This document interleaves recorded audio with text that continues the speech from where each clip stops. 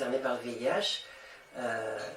qui se propose par le biais du comité des familles de faire un accompagnement, on va dire un accompagnement affectif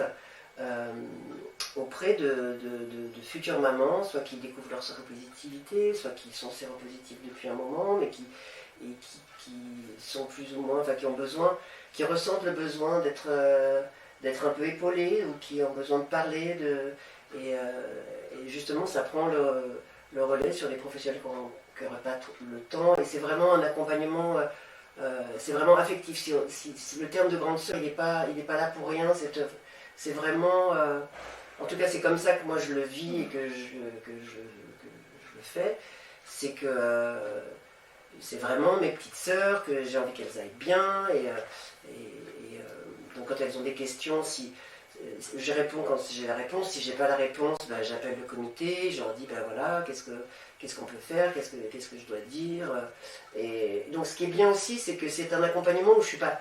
non plus livrée à moi-même, c'est-à-dire que si jamais j'ai une difficulté, j'ai quand même le comité des familles derrière moi, je suis pas toute seule, et c'est ce qui fait que qu'on peut faire un accompagnement de qualité. Même en 2022, le VIH est encore tabou. Donc le fait de pouvoir en parler ouvertement, sans se dire qu'on va être jugé, où on peut parler de ses difficultés ou de ses doutes, ou du ressenti qu'on a après une consultation, en disant bah, je reviens de consultation, bah, je n'ai pas bien vécu, et de pouvoir détricoter un petit peu ce qui s'est dit, et pourquoi parfois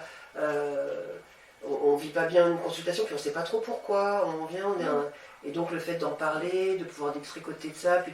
de pouvoir soit dire bah, finalement c'est juste que j'avais mal compris, ou alors juste ah, bah, je me suis un peu vexé, ou alors bah non vraiment là c'est mal comporté.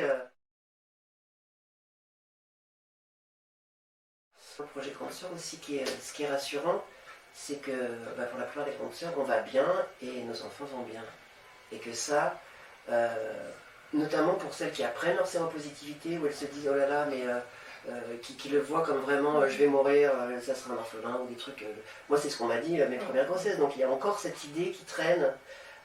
ou alors bah, c'est obligé, je suis toxique. Et donc le fait de voir qu'il y a des gens qui le vivent bien, et qui. Bah, ça aussi, ça donne du baume au cœur, ça donne de l'espoir, et on sait que l'espoir fait vivre.